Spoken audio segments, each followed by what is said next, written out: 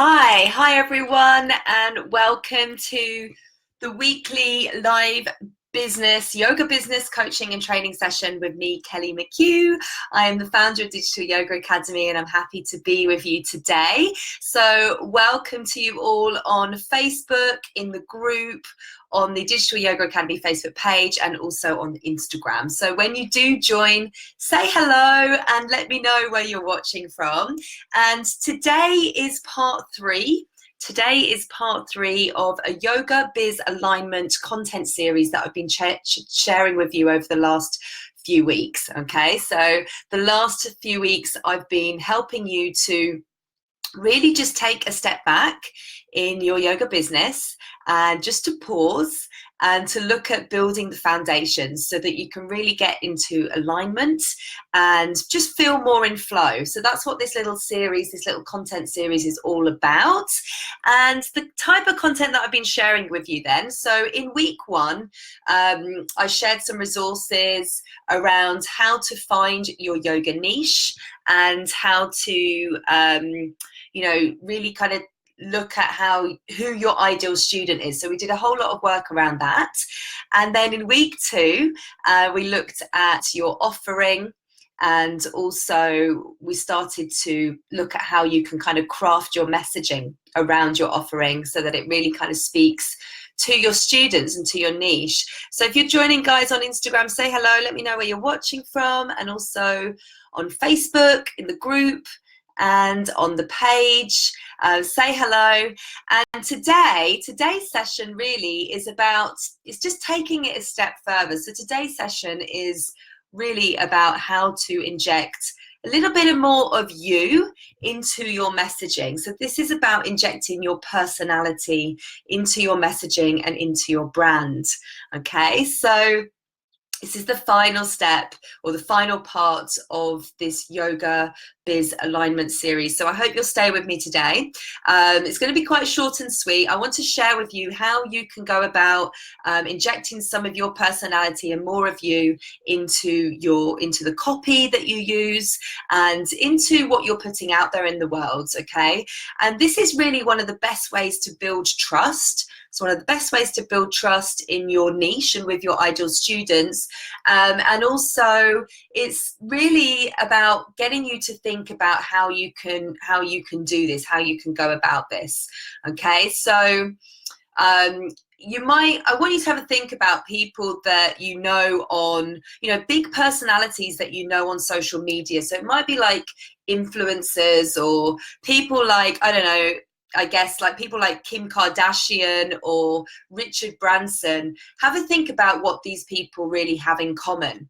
Okay, and it's not just that they've got, millions of followers on social media. You're definitely right about that. But the answer really is that, and it's a common thread that kind of ties them together. The answer really is that what they're selling is that their brands are big on personality. Okay, and it actually be true, in the case of people like Kim Kardashian or Richard Branson, that actually their personalities are their brands. And what's interesting is that their personalities really helps them to kind of set themselves apart from anybody else in their niche. So they're using their personality to stand out. And you can do this as a yoga teacher as well, okay? This doesn't have to just be for the Kim Kardashians of the world. You can also do this. You can use your personality to help you to stand out. And that's what today's session is all about, okay? And actually, in the world of marketing, there is an actual term for this. And, we call it using its personality differentiation. So helping you to differentiate yourself by using your personality. And, it's really a vital component, I guess, of marketing that helps your brand become more than just a logo, because branding isn't just a logo. Okay, it's not just a logo and pretty colors or fonts. You know, it's everything that makes up what you're putting out there into the world. Okay, so that goes for your messaging, and also you as your, you know, the personality, who you are and what you stand for. All of these things make up your yoga brand.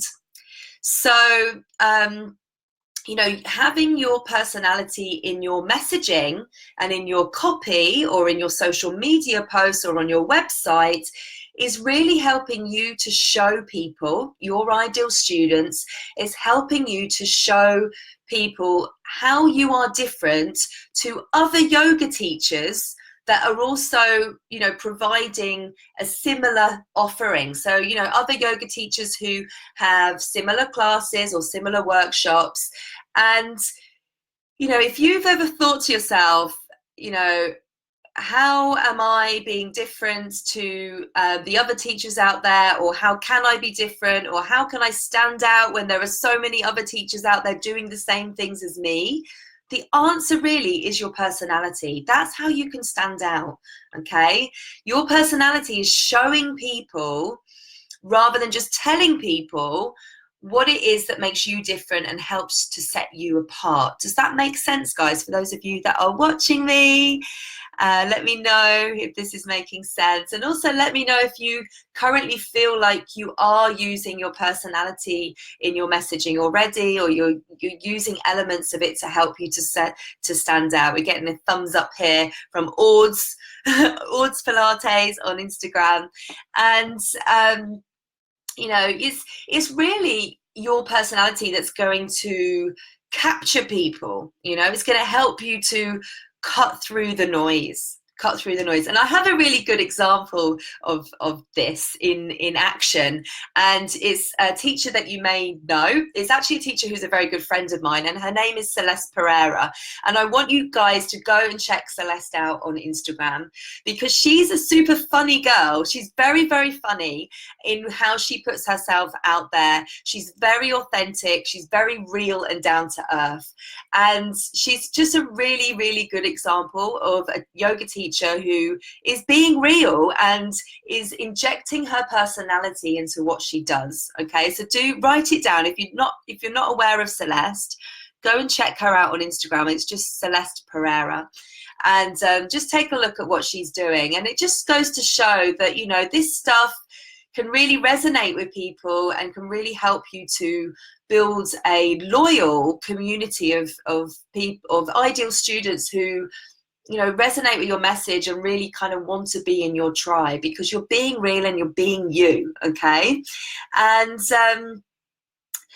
yeah, I think the great thing about it also is that it just helps to cut through the noise, because otherwise everybody's posts are very similar, they're very the same, they're not really standing out, and there's a lot going on Instagram or social media or wherever it is that you're putting your message out. Maybe it's YouTube, maybe you know you really want to get yourself out there on YouTube, and it just helps you, if you can really tap into your personality and what makes you different, it helps you to cut through that noise and to speak to the right people. And it shows that you have heart. It shows that your personality and your brand really has heart. And this can help to transform your message, guys. It really can. If you can think about this and start tapping into it, about what makes you different, you know, what makes you unique, it helps you to transform your message from what could be classed as boring to fascinating. Okay, it gives your message more impact, and by doing that, what you're doing is you're opening up opportunities for you. Okay, and you know, big organizations, big brands spend a lot of money on getting this stuff right, getting the personality of their brand right. And when I say right, I mean in terms of right with their ideal customer. Okay, and you know, that's also why a lot of brands spend a lot of money on celebrity endorsements. And I'm not saying that you should go out and do that, but you don't need to do that. This is the thing. You don't need anyone else to be the face of your yoga brand, because you are the face of your yoga brand.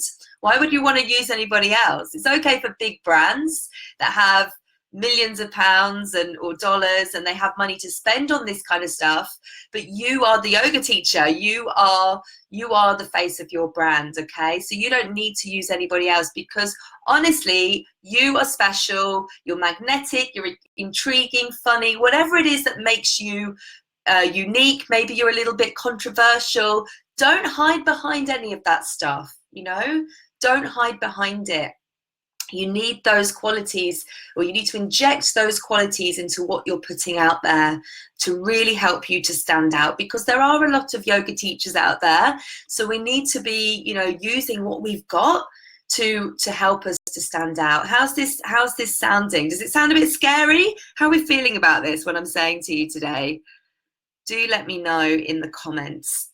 And if it does sound a bit scary, because it can be a bit scary because you feel like you're putting yourself out there, make your message about your student. Yeah, you can still inject some of your personality and make your message about your student, and you take the spotlight off you. Okay, but it's how you deliver your message that's important. Okay, but make your message about your student and their journey, and how you can help them with their journey.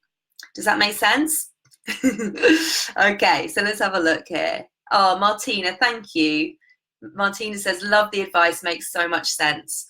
Perfect. Okay, so let's make this a bit more actionable. And let's talk now about how you can start actually doing this.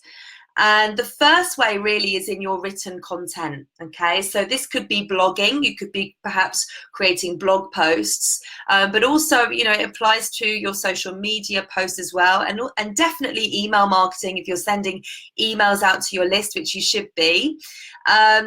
So it's basically any type of written content that your audience might read from you. Okay, now write this down. This is a generic rule, general rule, sorry. This is a general rule in that it's best to write the way you talk. Okay, it's best to write the way you talk. And, for some people that's going to come natural. And some people it might feel like, rocket science.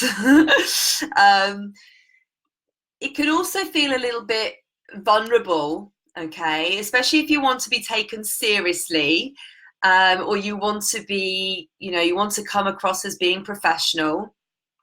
But the thing is, guys, you also want to talk to people as though you are a friend.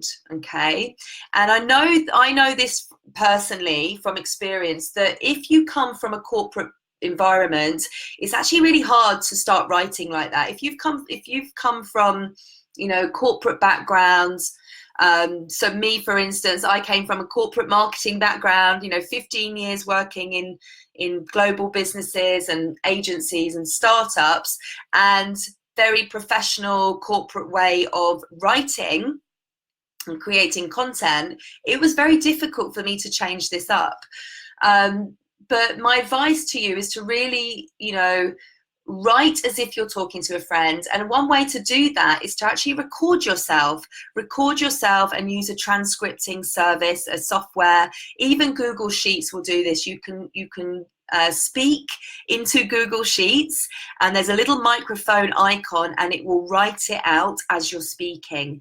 And that's a really good way to get used to writing as if you're speaking, or just even talking out loud and writing the words as you go along.